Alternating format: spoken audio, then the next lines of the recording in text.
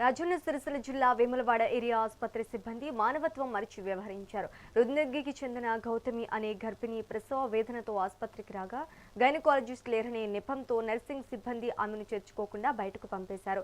చేసేదేమీ లేక బాధితురాలిని 108 వాహనంలో సిరిసిల్ల ఆసుపత్రికి తరలించారు. నెల రోజులుగా గైనకాలజిస్ట్ అందుబాటులో లేకపోవడంతో గర్భిణీలు తీవ్ర ఇబ్బందులు పడుతున్నారు.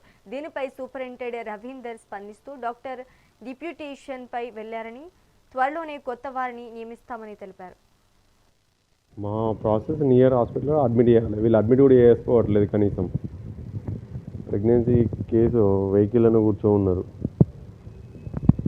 వీళ్ళేమో డాక్టర్లే డైరెక్ట్ సిరిసిల్ల తీసుకోవాలని వీళ్ళు స్టాఫ్ చెప్తారు.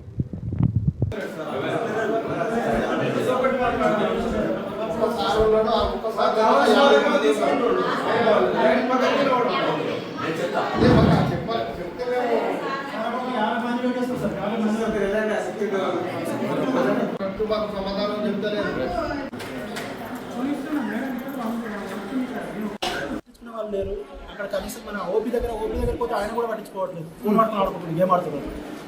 ఇక్కడికి వచ్చి అడిగితే ఇక్కడ రెస్పాన్స్ లేదు, లైన్ కట్టమంటుంది. ఇక్కడికి వచ్చి 36 నెంబర్ కోసం వెతికితే 36 నెంబరే లేదు. ఫస్ట్ అది తెలియదు కదా 36 నెంబర్. ఎవరు అడిగితే ఏమంటారు 36 నెంబర్ నెంబర్ అంతా అక్కడ లేదు. అన్ని గురించి అందరం కలిసి మేము సార్ దగ్గరికి సార్ వచ్చాడు. సార్ వచ్చి చెప్తున్నాడు సార్ ఏరియా హాస్పిటల్ ఇప్పుడు వస్తారంటే అడిగితే కూడా జవాబు లేదు. నుంచి వెయిట్ చేస్తున్నాం సార్, కనీసం రిప్లై లేదు, జవాబు లేదు. ఇప్పుడు ఎక్కడ ఉన్నా లేదు, వెయిట్ చేయమని చెప్తుంది. అప్పటి నుంచి వెయిట్ చేస్తున్నాం. ఇక్కడ కనీసం రిప్లై లేదు, ఎవరు పట్టించుకుంటూ లేరు. కనీసం సార్ అందుకని సార్ దగ్గరికి వెళ్ళాం.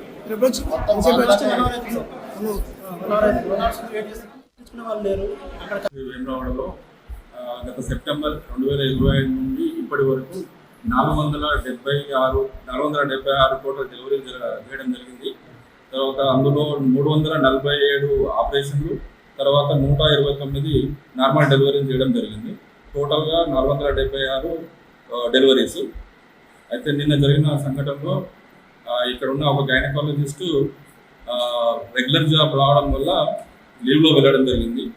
ఆ లీవ్లో వెళ్ళిన సందర్భంగా సిబ్బంది గవర్నమెంట్ జనరల్ హాస్పిటల్కి సిరిసిల్లకి రెఫర్ చేసే క్రమంలో వాగ్వివాదం జరిగిందని ఇప్పటి వరకు మాకున్న సమాచారం ద్వారా తెలిసింది. దీని తర్వాత మేము ఇప్పుడు ఎంక్వైరీ కూడా చేస్తాము. చేసిన తర్వాత దాని రిపోర్ట్ కూడా అథారిటీస్కి సబ్మిట్ చేయడం జరుగుతుంది. ఏదైనా వాటికి ఇలాంటి ఇన్సిడెంట్స్ ఇంకా ముందు జరగకుండా చూస్తామని మేము ఆశిస్తున్నాం. ఇప్పుడు గవర్నమెంట్ స్పెషలిస్ట్ రిక్రూట్మెంట్ చేస్తుంది. అందులో కూడా మాకు ఇద్దరు గైనకాలజిస్టులను ఇస్తారని కూడా మేము ఆశిస్తున్నాం.